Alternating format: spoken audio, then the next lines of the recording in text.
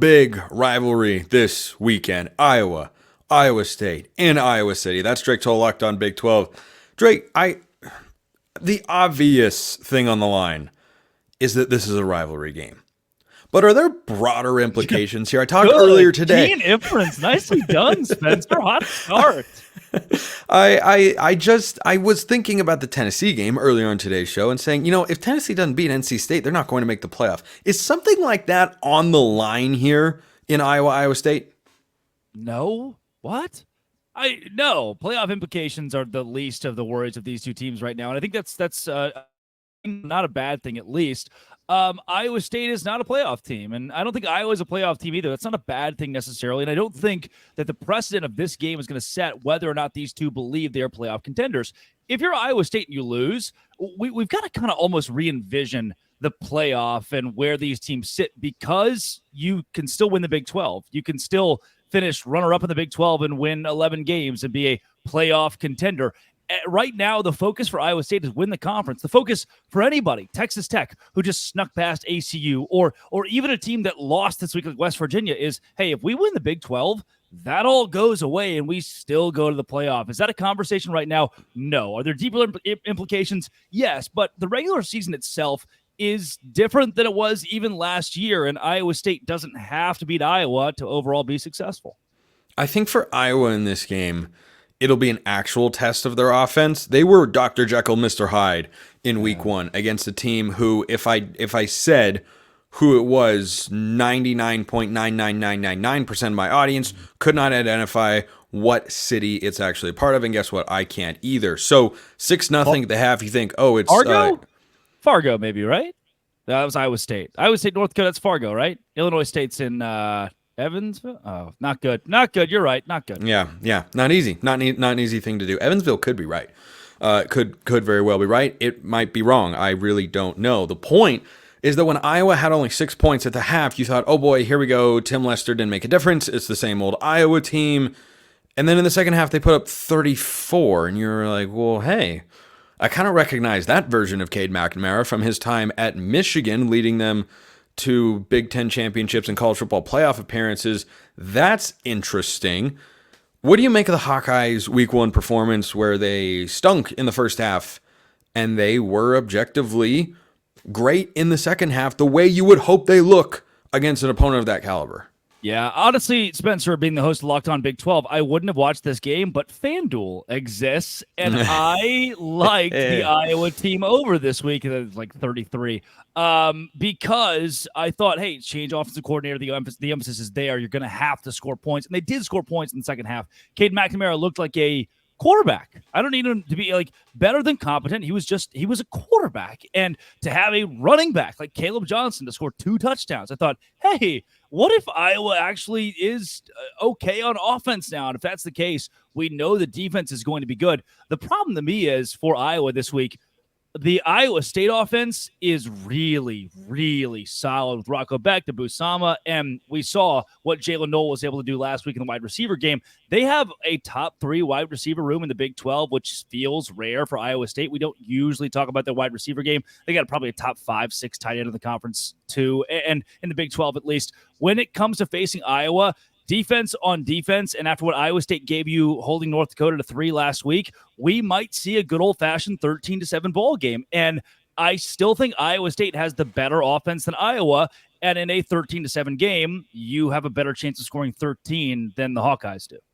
I get the sense that Vegas wants to like Iowa State more in this game, but the Hawkeyes are at home, and they are a tough team to beat in front of their home crowd because, well, it's a very rowdy and rambunctious environment. So when I look at this matchup, Drake, I think the most interesting component is how does that Iowa State offense fare against the Iowa defense? Certainly there are other individual matchups you could look at, or big unit matchups to compare, but if Iowa State's offense is able to get going, I still don't know that I trust Iowa. In spite of the second half last week against the Middle Tennessee Technical Institute or whoever they were playing, I don't know if I'm fully in the camp of I trust Iowa's offense. This is real now. If Iowa State's offense is able to get going, and that's not an easy thing to do. We know Iowa's going to play great defense. Kirk Ferentz is back. I'm sure the players will be plenty inspired along those lines. But if the Iowa State offense finds a rhythm, finds momentum, puts up 3-4 touchdowns in this game, I don't trust Iowa to be able to keep that pace. Yeah, 24 could very well be the magic number in this game, and that's not rare for those matchups recently between Iowa State, or a matchup between Iowa and anybody. I'm looking right now at the scouting report from Pick Six Previews, and for Iowa State, they have the number 1 defensive backfield in the conference, and so Cade McNamara is going to face a much better DB unit than they did last week against Illinois A&M Tech. And part of that starts with Jeremiah Cooper. You look over at Bo Freiler, who are both first-team all Big 12 caliber DBs, and then Iowa State's also given out of the Big 12 the number 2 defensive line unit in the conference, number 8 in linebacking core, but you have 2 top units in the DBs and the D-line, and for Iowa, that's your nightmare fuel, is a good or competent defense. Now, the offense for Iowa State, per Pick Six Previews, 7th in QB play with Rocco Becht, 12th the running back Abu Sama, 7th wide receiver and tight end. I have them higher rated in my own book as a couple of guys. They have 2 different all Big 12 honorable mention at least caliber wide receivers. That bodes well for what Iowa State brings you offensively. The question is then, against an Iowa defense that's so good, can you put up that 24 points? Can you put up 21 points? You already know your defense for Iowa State's solid, and you know that Iowa's offense still has question marks. One 40-point game doesn't erase what's been a tough offensive culture over the last couple of years under Kirk Ferentz. Then it becomes, hey, can our offense do that? Can we get 21 points after last week only getting 21 against North Dakota at home? First to 20 points probably wins the game. Yeah, most likely. That's been the trend in this matchup. Last year's game had a point total under 30, and Iowa's won 7 of the last 8. So let's wrap with our predictions here, Drake, to end today's show. I think this is going to be a really, really entertaining football game. One of the reasons I bring it up on today's show is it's a great matchup. I think it could just be a slugfest.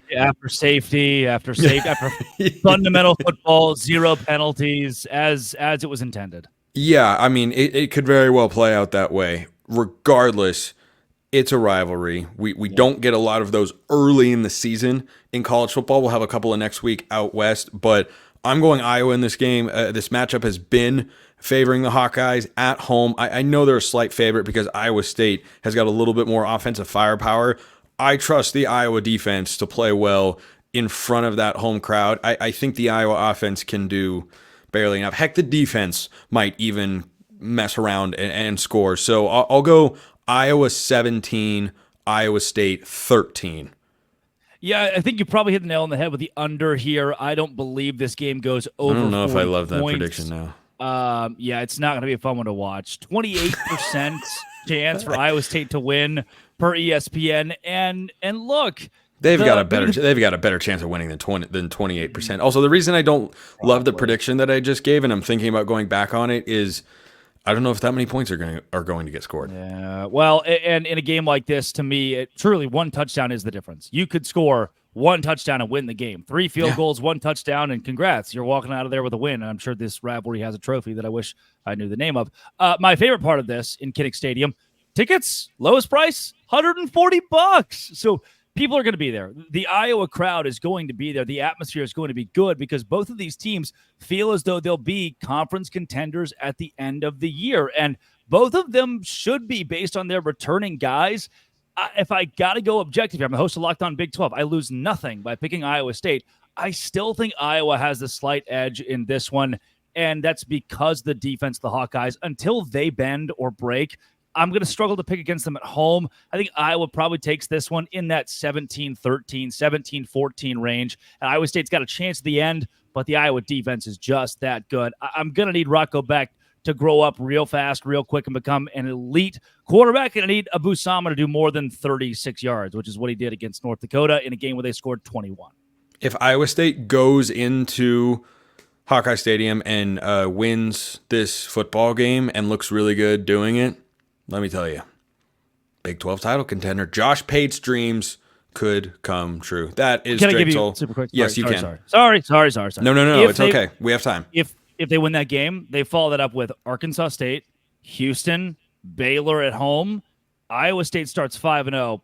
And ranked in the top 25. Yeah, top 20 team, top 25 team there, and legitimate chance to make noise in the Big 12.